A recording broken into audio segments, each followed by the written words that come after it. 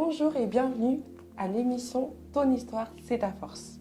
Une émission qui a pour but de vous édifier, de vous reconforter et surtout de vous permettre de vous identifier à nos invités et vous permettre vous également d'être restaurés et de réaliser que la restauration est possible.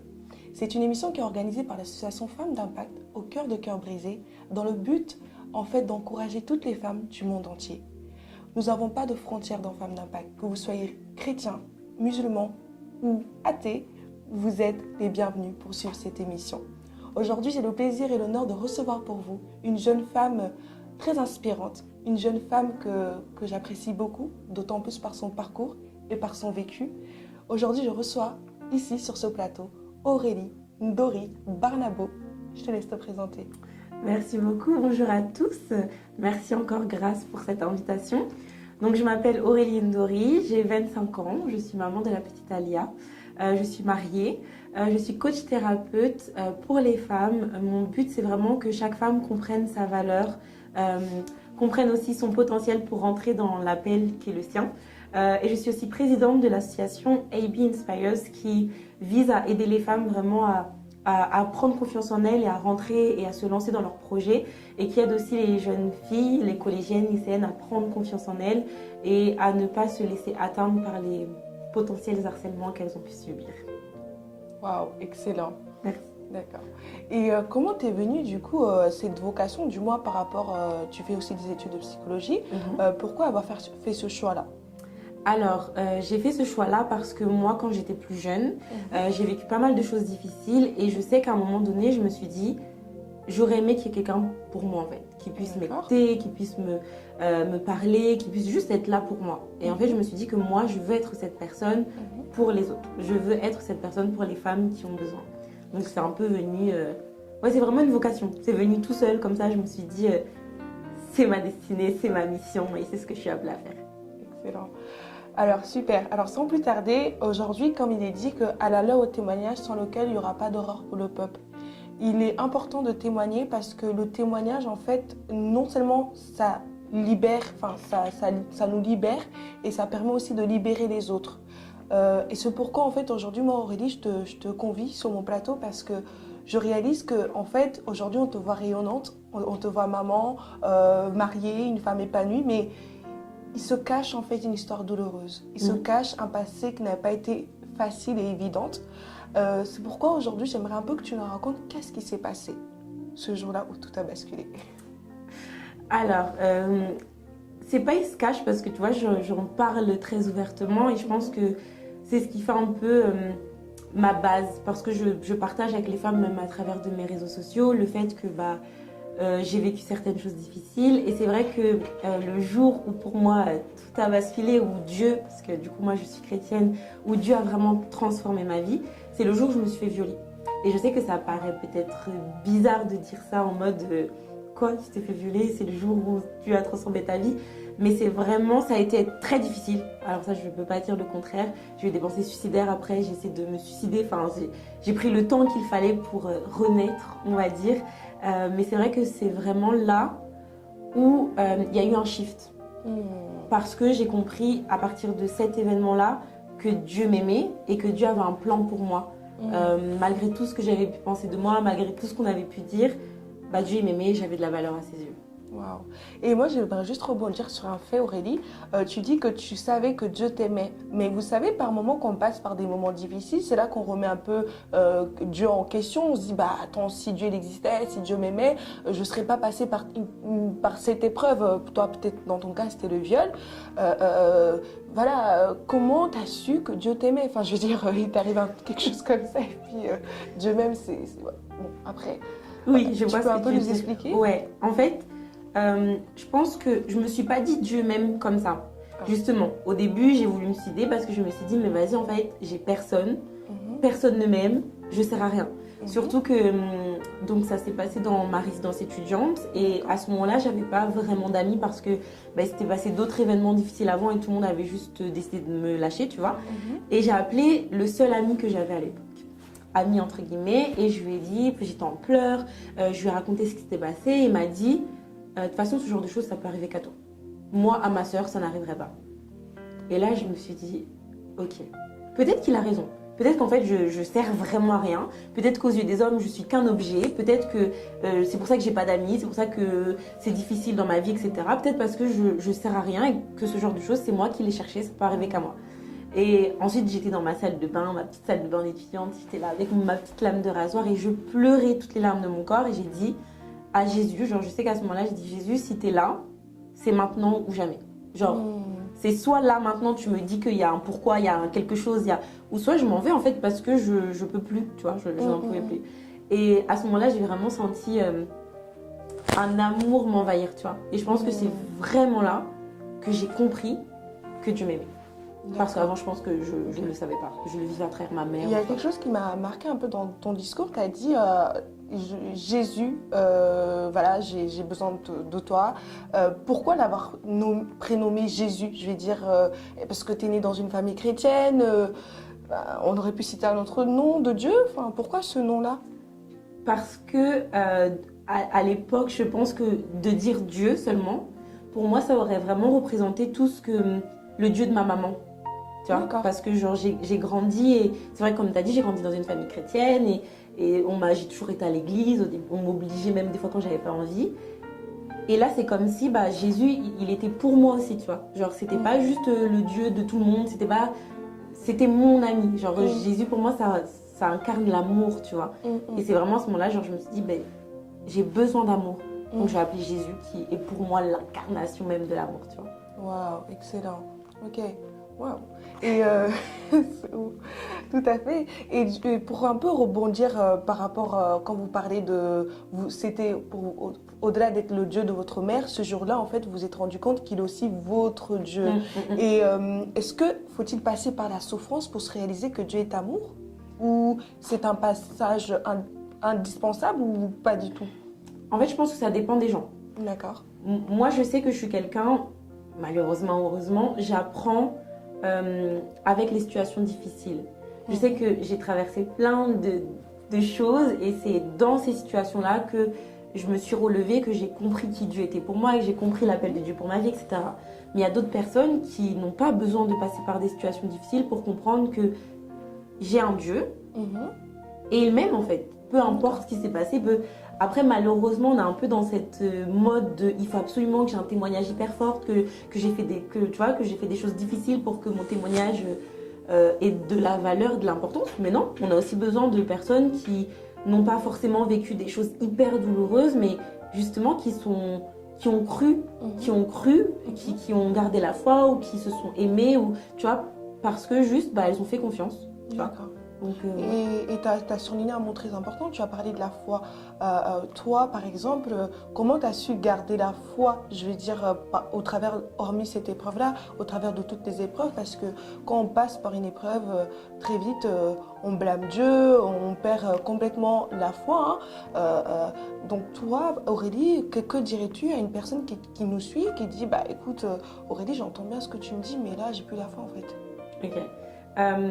Moi, justement, je pense que c'est pas parce que tu as la foi que tu ne peux pas douter. Je pense que c'est pas parce que tu as la foi que tu ne peux pas dire à Dieu, mais il se passe quoi en fait? Moi, je sais qu'à beaucoup de reprises, j'ai dit à Dieu, mais qu'est-ce qui se passe? Qu'est-ce qu'on fait là? Genre, pourquoi tu me mets dans cette situation?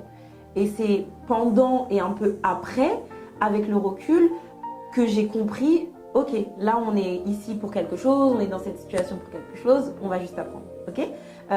Mais du coup, c'est pas parce que tu doutes, c'est pas parce que voilà, tu te poses des questions que ça veut dire que tu n'as pas la foi déjà. Et ensuite, moi, je sais que parce que j'ai expérimenté Dieu justement dans toutes ces épreuves, que là encore aujourd'hui, quand il se passe quelque chose, je peux me dire, non mais le Dieu qui a permis que je traverse un viol, le Dieu qui a permis que je m'aime, que je traverse une relation toxique et que j'en ressente plus forte, enfin ce Dieu-là, c'est le même aujourd'hui, donc il va m'aider à travers cette épreuve.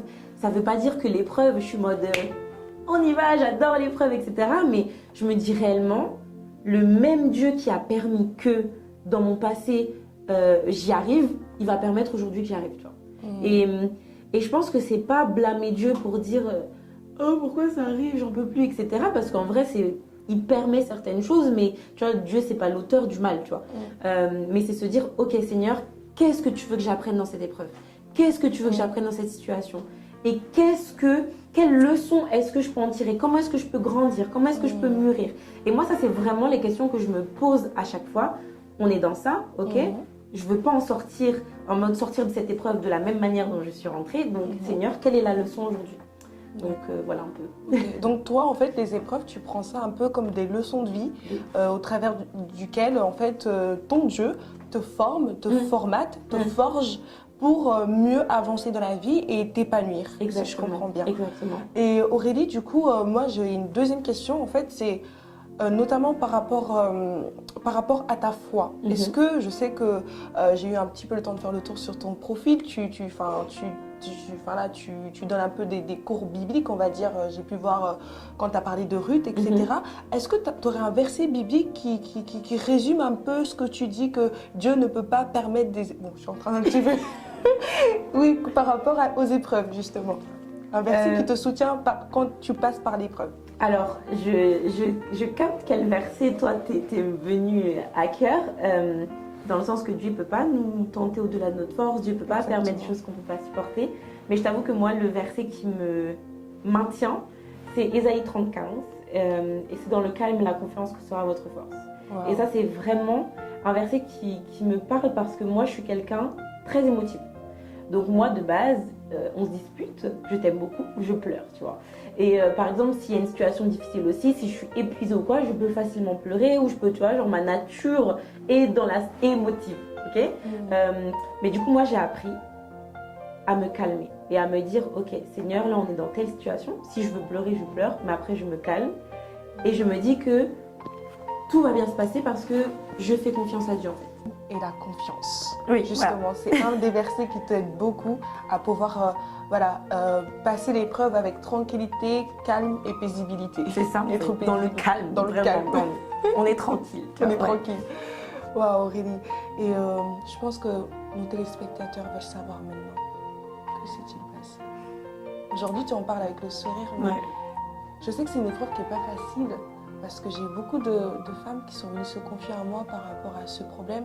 Il y en a certaines qui l'ont vécu à 6 ans, à 8 ans, à 12 ans, peu importe l'âge. Mais c'est une épreuve qui ne reste pas évidente. Il y en a même certaines qui gardent encore cette amertume face à cet acte, qui gardent de la colère, de la haine vis-à-vis de la personne qui a pu leur faire ça. Et qui refusent en fait la présence masculine et qui sont vraiment en colère. Mais aujourd'hui, Aurélie, comment as-tu fait? Déjà de 1, pour passer cette épreuve, et comment as-tu vécu cette épreuve?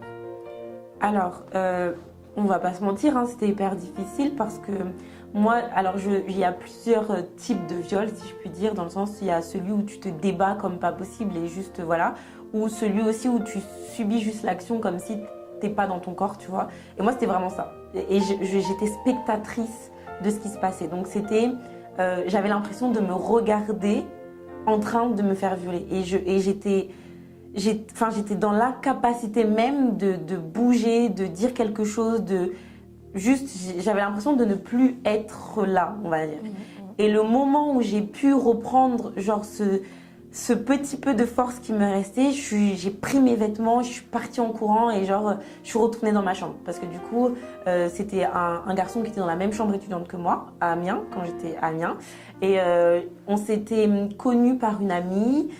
Pour moi, c'était quelqu'un du coup de confiance parce que mon amie de l'époque, c'était vraiment une femme de confiance. Et elle n'était pas du genre à avoir des copains, à avoir des amis, Donc vraiment, toutes les personnes qu'elle laissait entrer dans sa vie, c'était des personnes de confiance. Donc je me suis dit, ok, elle m'a présenté, on s'est vu, on est dans la même résidence. Il m'a proposé qu'on regarde... Non, oui, il m'a proposé qu'on discute. Et je me suis dit, ok, cool, un ami et tout, il est là, ma copine, elle le connaît en plus, c'est parfait. Au final, pas du tout. Et ensuite, moi, c'est vrai que je me suis sentie très coupable. Je me suis dit, c'est de ma faute. Si j'avais pas été chez lui, j'aurais pas vécu ça. J'ai eu honte. Surtout après, parce que mon soi-disant ami m'a dit que ça peut arriver qu'à moi, je me suis dit vraiment Aurélie.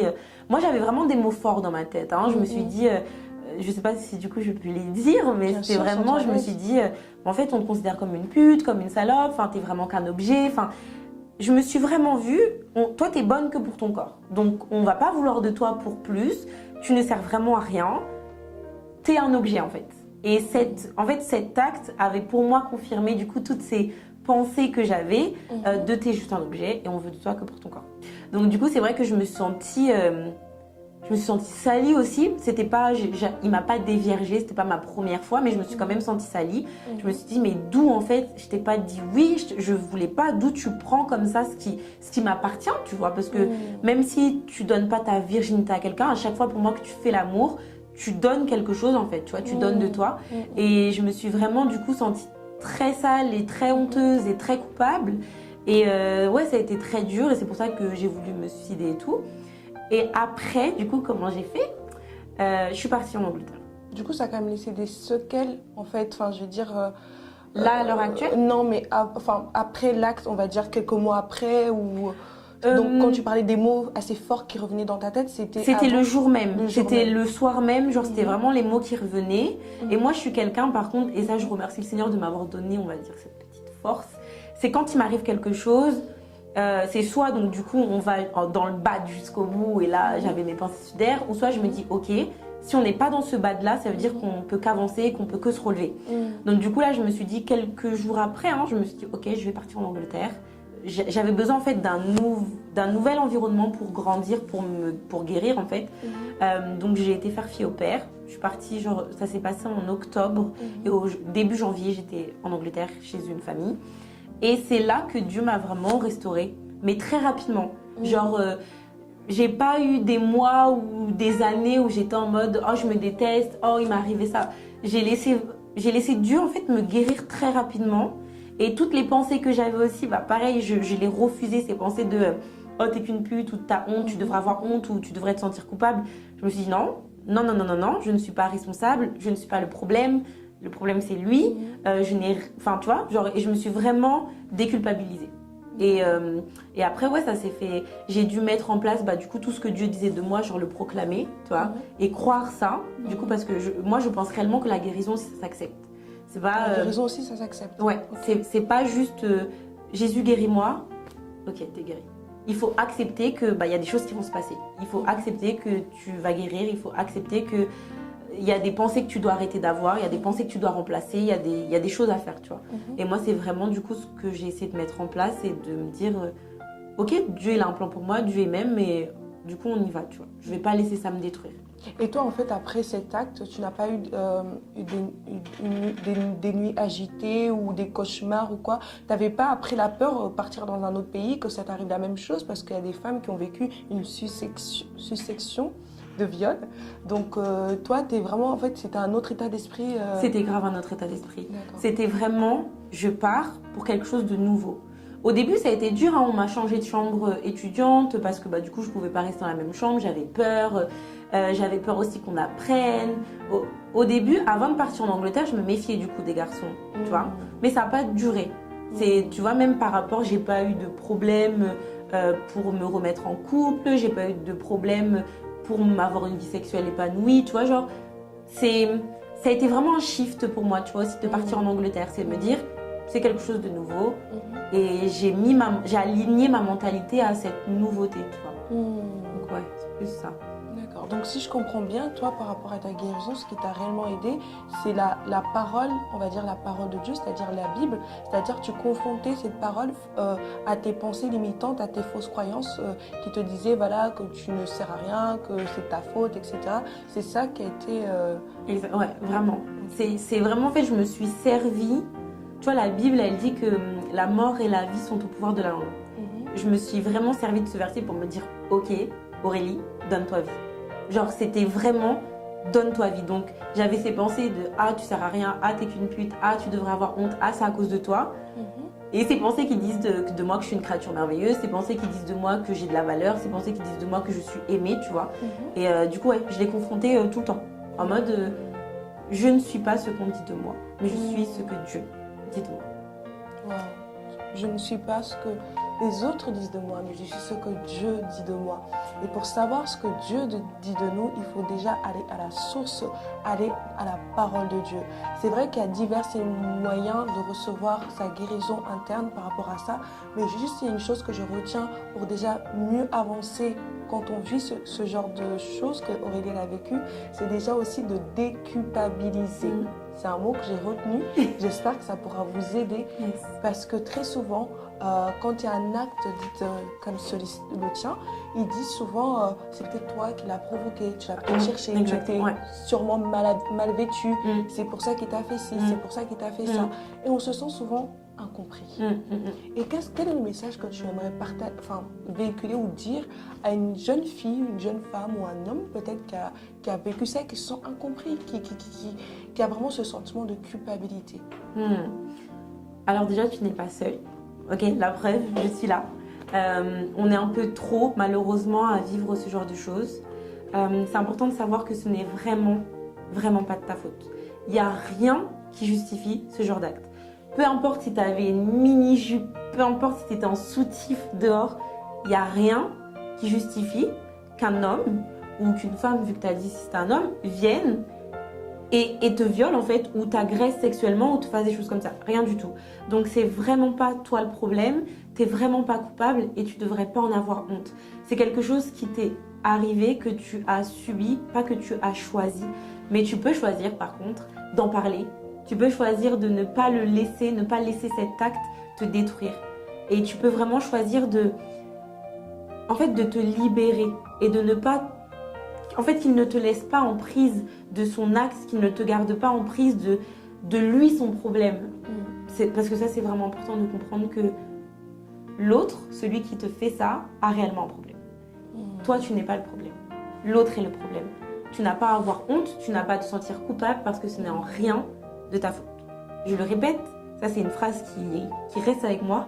Rien ne justifie que l'on te fasse ce genre de choses. Tout à fait. Je suis tout à fait d'accord avec toi. J'en suis émue, hein, mais... moi, ma question, ça serait maintenant par rapport au pardon. Comment as-tu fait pour pardonner à cette personne? Est-ce que tu avais entamé en amont une procédure de peut-être porter plainte contre cette personne? Oui, que je n'ai pas terminé toute seule. Moi, au début, je voulais pas porter plainte parce que justement, je me sentais coupable et c'est bête. Mais en fait, j'avais rencontré sa petite sœur qui venait d'arriver du Togo. Et je me suis dit, mais s'il va en prison, elle aura qui?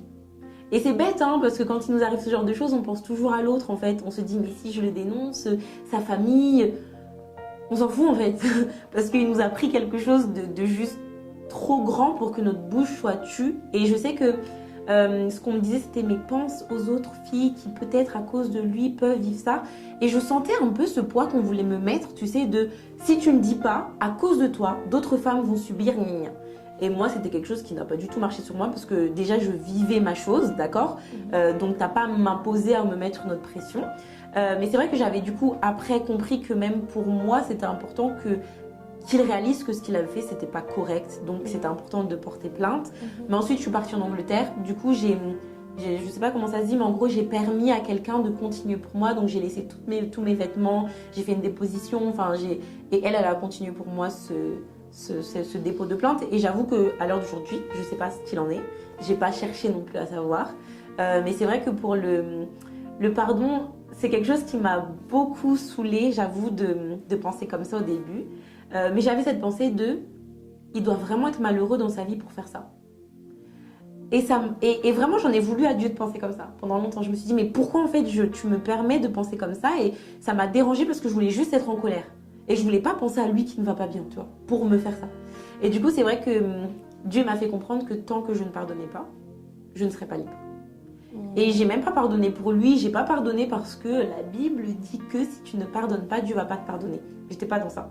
Moi, j'ai juste compris que si je voulais être libre, si je voulais avancer, si je voulais rentrer dans ma destinée, rentrer dans mon appel et même être une femme épanouie, que ce soit moi seule ou dans ma future relation de couple, fallait que je pardonne. Et donc du coup, c'était pas quelque chose de facile à faire. Genre, j'ai pas dit, ok Seigneur, je pardonne et du jour au lendemain, il n'y avait plus rien. Ça a pris du temps et tout le temps, quand j'avais des pensées négatives contre lui, non mais j'ai pardonné. J'ai pardonné et je veux pardonner. Donc c'est juste le pardon. Et c'est vrai qu'au fur et à mesure, j'ai pris cette décision. C'est une décision aussi pour moi, le pardon. Pour moi, de toute façon, il y a tellement de choses qu'on décide. On dit souvent, Dieu, aide-moi à... Et des fois, Dieu est en mode, moi, je suis là, hein. Mais toi, qu'est-ce que tu mets en place pour? Et moi, ça a été vraiment, j'ai mis en place des choses pour dire, j'accepte de pardonner et je fais le choix de pardonner. Donc, pendant un moment, certes, tous les jours, c'était en mode, non, je refuse ces pensées parce que je veux pardonner, tu vois. Mais après, c'est venu comme ça. J'ai accepté, j'ai pardonné. Parce qu'il y a le combat de l'âme aussi, parce que par moment, tu veux pardonner, mais il y a des souvenirs qui reviennent. Ça peut être, là, pour ton cas, l'acte en question, mais il y a des femmes, ça peut être par exemple, elle revoit les moments où son homme la battait, elle revoit des moments où cet homme lui criait dessus, où cet homme l'insultait. Et quand bien même, j'en changeais avec un proche à moi qui me disait, par moment, je sais que je dois pardonner, je veux bien pardonner, mais il y a trop de souvenirs qui reviennent. J'arrive pas à pardonner à cette maman qui est alcoolique, j'arrive pas à pardonner à cette maman qui m'a souvent rabaissée, tu sais. Et toi, en fait, comment tu as fait face à ces souvenirs? En fait, c'est que tu refusais, tu refutais ces pensées-là. Mais ça, c'est comme je disais tout à l'heure, c'est vraiment pour moi une grâce que Dieu m'a donnée, cette mentalité. C'est que je sais qu'il y a des personnes, par exemple, mes clientes, c'est qu'elles n'y arrivent pas toutes seules, tu vois. Genre, et du coup, je sais qu'il y a des personnes, et c'est tout à fait normal, qui ont besoin de thérapie, qui ont besoin de suivi, qui ont besoin de voir un psychologue, un thérapeute, un coach. Enfin, il y a des personnes qui ont besoin et c'est ok. Et c'est pour ça que je disais tout à l'heure d'en parler, c'est parce qu'on ne garde pas ça pour soi. Moi, j'en ai parlé, hein, même si j'en ai pas parlé. Bon, le soir même, j'ai dû voir un psy, le psy de l'hôpital, parce que j'ai dû aller à l'hôpital. Mais j'ai pas fait de suivi avec un thérapeute ou un coach. Mais parce que du coup, j'avais cette dame, cette maman en Angleterre qui était vraiment comme si c'était une thérapeute, tu vois, parce qu'on parlait, on échangeait, etc. Elle avait tellement de bons conseils. Mais pour pardonner, des fois, on a besoin d'être accompagné. C'est vrai. Et c'est ok.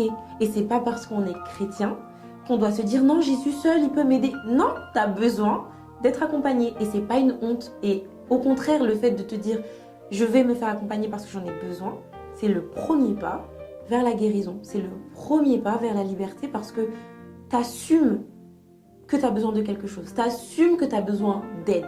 Et c'est comme si tu assumes, en fait, tu acceptes l'aide que Dieu te donne aussi. Parce que Dieu se sert, en fait, d'autres personnes pour t'aider.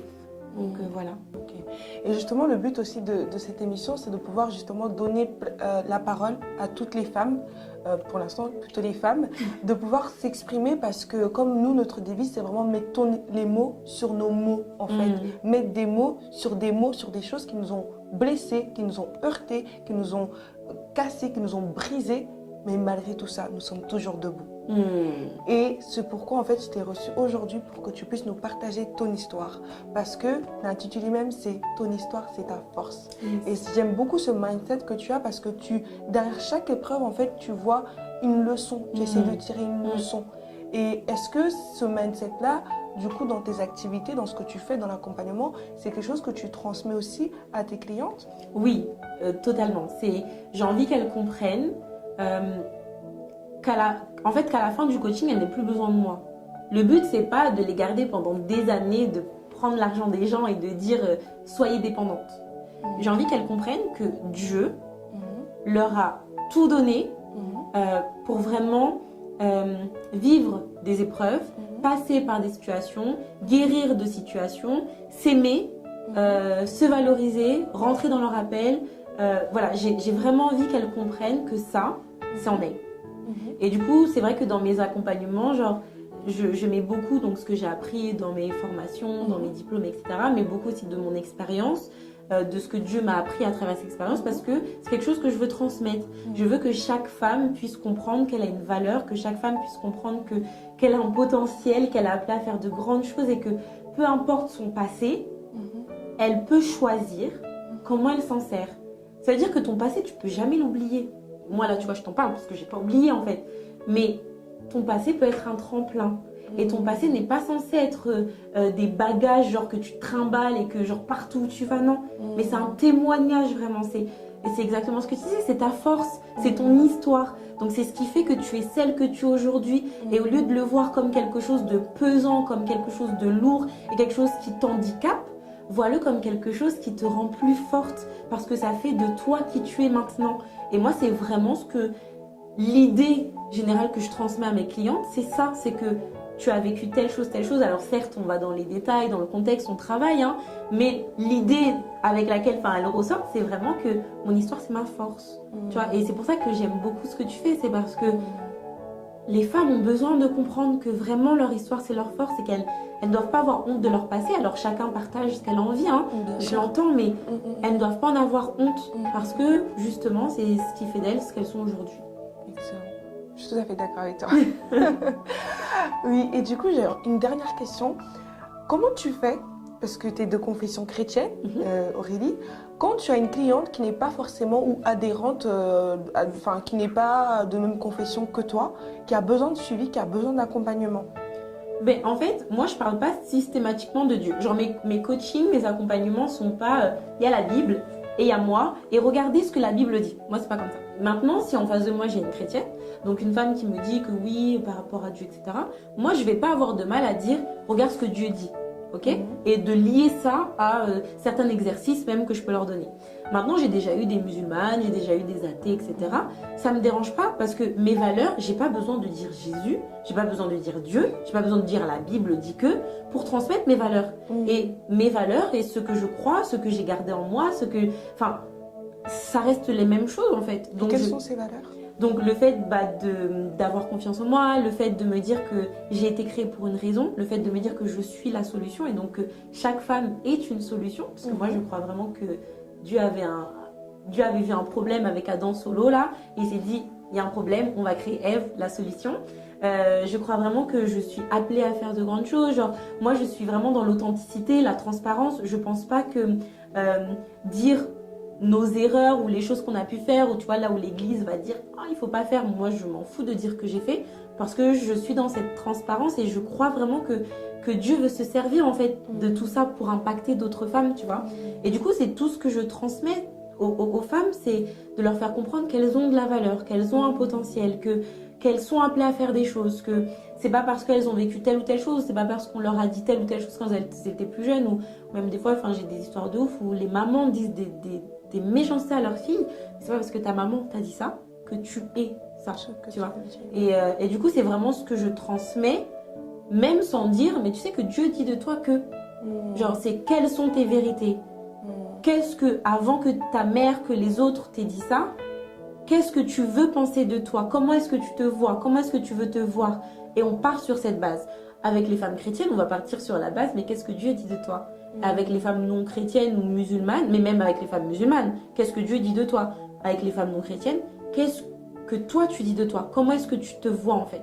Qu'est-ce que tu penses réellement de toi si tu enlèves toutes les pensées de « Ah mais toi t'es nul, ah mais toi t'arriveras jamais à rien », ah mais on enlève tes pensées là. Qu'est-ce qu'elles disent? Comment est-ce que tu te vois plus tard? Comment est-ce que tu veux te voir? C'est ça ta base. Donc, il est important aussi en tant que femme ou en tant que personne, tout simplement, d'avoir une belle perception de soi-même. Ça, c'est vraiment la base. Ouais, super important. Parce que sinon, t'avances pas, en fait. Si tu laisses les gens te définir, c'est ça. C'est que, en fait, tu vas avancer quand les gens te disent « Ouais, c'est bon, tu peux avancer, tu vois. » Et des fois, il n'y a pas les gens pour te dire que c'est bien ce que tu fais ou tu peux avancer. Donc, si toi-même, tu n'as pas confiance en toi, si toi-même, tu n'as pas une bonne estime de toi, si tu te juges comme... une moins que rien ou autre, tu vas pas pouvoir rentrer pleinement dans ce que Dieu veut pour toi ou rentrer pleinement dans ce que la vie, l'univers a prévu pour toi. Donc c'est hyper important d'avoir une bonne perception de toi-même, quoi. Voilà, tout à fait. Et j'ai juste une pensée qui me vient là à l'esprit. Je pense à toutes celles en fait qui, par moment, tu connais notre culture, avoir un enfant hors mariage, c'est-à-dire avant le mariage, est vu comme par moments comme un déshonneur à la famille, est vu par moments comme un péché. Enfin, moi, je pense que l'acte sexuel hors mariage est un péché, mais que l'enfant n'est pas un péché.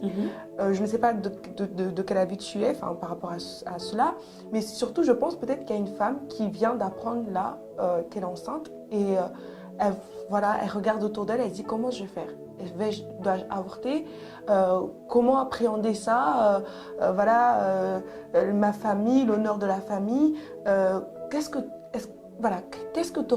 que tu dirais à cette jeune femme qui passe par là, ou même déjà qui a 6-7 mois, et le regard des autres est en train de peiner à peser sur elle? Alors, moi, j'ai été dans ce cas. J'ai eu Alia, du coup, ma fille, avant d'être mariée avec Stéphane. Moi, je pense qu'avoir un enfant, c'est une bénédiction. Mais clairement une bénédiction. Je sais et j'entends que c'est pas facile pour tout le monde parce que j'ai eu des femmes, des jeunes filles qui sont venues me voir et qui m'ont dit je sais pas comment faire, j'ai eu un enfant, je suis pas mariée, je veux avorter parce que j'ai peur du regard de l'église ou j'ai peur du regard de ma famille. Et là, je me suis dit mais c'est qu'on a raté quelque chose en fait. L'église censée être le refuge d'amour, tu vas enlever la vie à ton enfant parce que tu as peur de cette même église. Et du coup, en fait, moi, ce que j'ai envie du coup de te dire, si c'est ton cas, c'est que ton enfant, c'est vraiment une bénédiction. S'il est là, peu importe comment il est venu, s'il est là, c'est que Dieu l'a décidé. C'est pas le diable qui donne un enfant. Le diable ne crée rien, il ne crée pas la vie. C'est Dieu qui crée la vie. Si Dieu a décidé de créer la vie en toi, si Dieu a décidé que tu sois porteuse d'une petite merveille, c'est qu'il y avait une raison. Et moi, alors, j'ai beaucoup mûri face à ma pensée par rapport à l'avortement. Je sais que je n'avorterai pas. Je sais que maintenant, je ne suis plus dans le jugement de « Ah, t'as avorté, t'es une pécheresse, etc. » Chacun a ses raisons. Mais moi, si je devais dire quelque chose, c'est « N'avorte pas. » Franchement, peut-être que là, tu comprends pas. Peut-être que là, c'est fatigant parce que être enceinte, c'est fatigant. Peut-être que là, tu te vois avec un bébé de 1 mois, t'es sans le papa, ta famille t'a tourné le dos parce que t'as pas voulu avorter, l'église te calcule pas. Et là, t'es fatigué parce que oui, c'est fatigant. Même quand on a un mari, même quand on a du soutien, c'est fatigant. Mais tu vas comprendre. Là, tu comprends peut-être pas, mais demain, crois-moi, tu vas regarder ta fille, tu vas regarder ton fils et tu vas dire « Ok Seigneur, merci, j'ai compris. » Et je sais que sur le moment, c'est difficile, mais il faut vraiment que tu te focalises sur toi et sur Dieu. Parce que si Dieu a décidé que là maintenant tu sois enceinte, si Dieu a décidé que là maintenant peut-être à la suite d'un viol, peut-être que le papa il t'a laissé, peut-être que tout le monde, enfin t'es pas marié, enfin t'étais fiancé et le mariage est dans quelques mois et là bim vous avez fait l'amour et il y a un bébé et que ça ne devait pas se savoir, tu vas te dire punaise mais la honte parce que comme t'as dit, pour certaines familles, surtout certaines familles noires chrétiennes, ma fille a un enfant avant le mariage, oh my god, même on va parler. Laisse-les parler. Laisse-les parler. C'est pas eux qui vont semer la bénédiction après. Donc laisse-les parler. Il faut vraiment, et ça c'est dans tout, il faut se détacher de la vie et du regard des autres sur ta vie. Parce que si Dieu a décidé que là maintenant l'enfant soit là, c'est Dieu qui sait pourquoi, pas les gens. Eux ils vont même pas venir t'aider pour porter le bébé, pour acheter des couches, pour... Donc il faut les laisser en fait. Il faut te concentrer sur toi, ta grossesse, que tu la vives du mieux possible malgré tous les cancans là, les on-dit, les voilà, et te focus sur ok Dieu, on va le faire ensemble. Qu'est-ce que tu veux que j'apprenne? Qu'est-ce que tu veux m'apprendre dans cette situation? Parce qu'on peut le dire, des fois être enceinte c'est une épreuve. Quand tu vomis tout le temps, quand tu es juste fatiguée, que tu es toute seule, c'est difficile. Mais tu vas apprendre, clairement. Et toi, comment tu as fait pour rebondir? Parce que moi, je pense que moi, je suis tombée sur une de tes photos, déjà que tu avais accouché, c'était la victoire. Avant juste qu'on termine.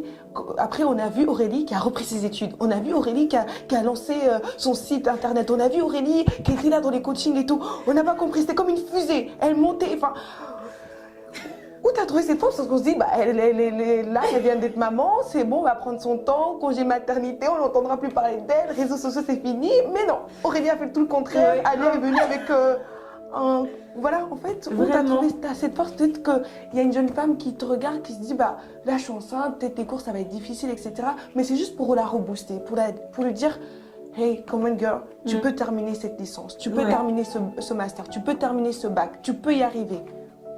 Alors ça m'émeut par contre. Stéphane, il aime bien dire que depuis qu'il est venu dans ma vie, je monte seulement, tu vois. Amen. Et c'est vrai, parce que j'en ai pris conscience, mais c'est vrai qu'Alia, en fait, quand j'ai été enceinte, j'ai eu beaucoup de personnes qui me disaient, reprends pas tes études, ça sert à rien. J'ai eu beaucoup de personnes qui m'ont dit, tu montes ton association là maintenant, mais tu vas pas allaiter alors, parce que quand t'allaites, t'as la merci de ton bébé.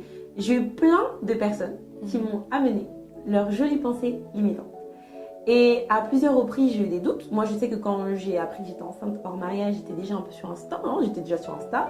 J'ai une petite communauté, on était peut-être 2000 et quelques. Et je me suis dit, mais ils vont dire Aurélie qui nous donne des conseils. La go, elle est enceinte hors mariage. Ok. gloire à Dieu, mon mari est juste merveilleux, donc il m'a aidé à vraiment voir justement Alia juste comme une bénédiction. Donc je m'en fous des gens et ce qu'ils peuvent dire. Et aussi ma communauté à l'époque et même maintenant, elle était juste ouf parce qu'elle m'a accueillie avec tellement de bienveillance et d'amour. Et ensuite je me suis dit en fait avoir un bébé c'est pas une limite, c'est pas une excuse non plus pour ne pas faire. Je me suis dit c'est soit maintenant soit jamais. Pareil pour mes études. Je me suis dit quand Alia aura 2 ans, est-ce que je vais avoir la force de reprendre mes études? Non. Alors c'était hyper fatigant parce que j'ai repris mes études en octobre, j'avais accouché en juillet. J'ai dû mettre Alia, elle avait 2 mois et demi, donc c'était la limite quoi, parce qu'elle avait décidé de venir plus tôt, mais elle-même elle savait que maman devait reprendre les études. Donc j'ai dû la mettre chez l'assistante maternelle et je me suis dit ok, bah on y va, on fait, on n'a pas le choix. Donc je vais pas te mentir, hein, je suis fatiguée. Hein. Genre souvent je suis fatiguée parce que Alia se lève la nuit encore pour manger. Mais merci Seigneur, j'ai mon mari, j'ai aussi ma mère des fois qui peut prendre le relais, hein, qui peut être là, on lui envoie Alia une petite semaine et tout.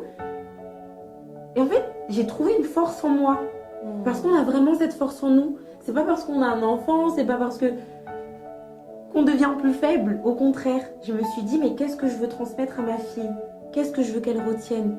Est-ce que je veux qu'elle se dise, bah maman, elle a tout arrêté à cause de moi? Ou est-ce que je veux qu'elle se dise, mais maman, elle a tout commencé grâce à moi, tu vois? Et elle m'a vraiment donné cette force de me dire, je vais aller au bout de tout ce que Dieu a mis en moi. Je vais pas tu vois, je vais me légitimer en fait. Et je vais prendre conscience et confiance encore plus de qui je suis et ce que je suis appelée à faire parce que je sais que j'ai des choses à faire. Et elle m'a vraiment donné cette force. Pourtant, c'était pas facile. Hein. Elle est née, elle a dû être transférée dans un autre hôpital et tout. C'était pas facile, mais elle est tu vois, ce petit être qui m'a montré que c'était une battante dès le début. Donc, qu'est-ce qui me donne le droit, moi, à 25 ans, de dire « Ah là, j'ai pas envie parce que je suis un peu fatiguée ». Alors qu'elle était perfusée de partout, elle était sous un... Enfin, et elle s'est battue, en fait. Et elle a dit j'ai un petit poids peut-être, j'ai un ictère peut-être, il n'y a rien qui me prédestine à, mais je vais le faire. Parce que je suis appelée, moi, Alia, à être sur cette terre. Donc, qu'est-ce qui, moi, me donne le droit de me dire moi, j'ai 25 ans, mais j'ai la flemme parce que je suis fatiguée, parce que je viens d'accoucher. Non, donc je ne néglige en rien la fatigue, hein, parce qu'on était très fatigués. Mais tu peux le faire. Tu peux le faire. Tu es capable. Et j'aimerais juste épingler quelque chose, parce qu'il y a sûrement des mamans qui nous regarderont avec leurs jeunes filles et tout.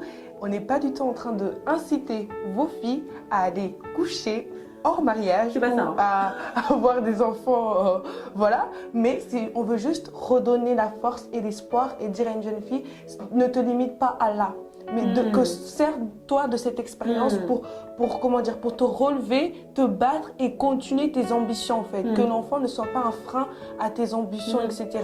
Et voir cet enfant comme une bénédiction parce que très souvent il y a des enfants qui grandissent avec un sentiment de rejet parce qu'ils sont nés dans une famille où ils sont tout de suite un enfant. Quand il est enfant, je pense il ressent les émotions. Vous êtes étonné, une fois que l'enfant grandit, il part à droite, on l'accepte pas, il part là-bas, refus, rejet, même au niveau professionnel, parce que dès l'enfance, il a eu déjà il avait ressenti ce rejet. Donc au jour d'aujourd'hui, nous ne voulons pas bâtir une société des personnes rejetées, mais une société des gens bienveillants qui s'aiment en fait. Et donc si ton enfant tombe enceinte avant le mariage, maman, papa, soutenez-la. Soutenez-la. Ça serait malheureux d'entendre que cet enfant s'est suicidé juste parce que, voilà, c'est dommage, c'est dommage. Parce que même Dieu, dans la Bible, il laisse les 99, il va chercher la brebis qui s'est égarée. C'est ton enfant, c'est ton sang. Peu importe que ta fille passe par là, ça reste ton enfant. Ne la mets pas dehors, ne la laisse pas dehors, non. Ne la livre pas comme ça, non. Prends ta fille, parle avec elle, dis oui. Je suis pas contente. C'était pas comme ça que tu aurais dû faire les choses, mais aujourd'hui, je suis ta mère. Je vais te soutenir. Tu vas reprendre tes études, tu vas reprendre ta vie en main et on va s'en sortir. Et les mêmes personnes peut-être qui vous critiquent aujourd'hui, demain Dieu fera grâce, ta fille se mariera, elle sera heureuse, elle sera épanouie comme Aurélie, Ndori, parce que c'est le nom de famille de ton mari, Ndori qui est là, juste sur ce plateau. En tout cas, Aurélie, je te remercie. Merci pour ta franchise, merci pour ton authenticité, merci du temps que tu as disposé pour nous. Et merci à M. Ndori, s'il passe là, d'avoir permis que sa femme puisse venir interviewer. Et il en faut beaucoup des hommes comme M. Ndori parce que depuis, elle fait que monter. Et merci à toi de la laisser s'épanouir dans ce qu'elle fait et que le Seigneur vous bénisse ton couple. Et j'ai hâte de vous recevoir un jour ici pour un talk couple par la grâce du Seigneur Jésus-Christ. Merci beaucoup, grâce à Merci, soyez bénis. Merci à vous, et merci à tous les téléspectateurs. Bye bye. À un prochain épisode de Ton Histoire, c'est ta force. Shalom.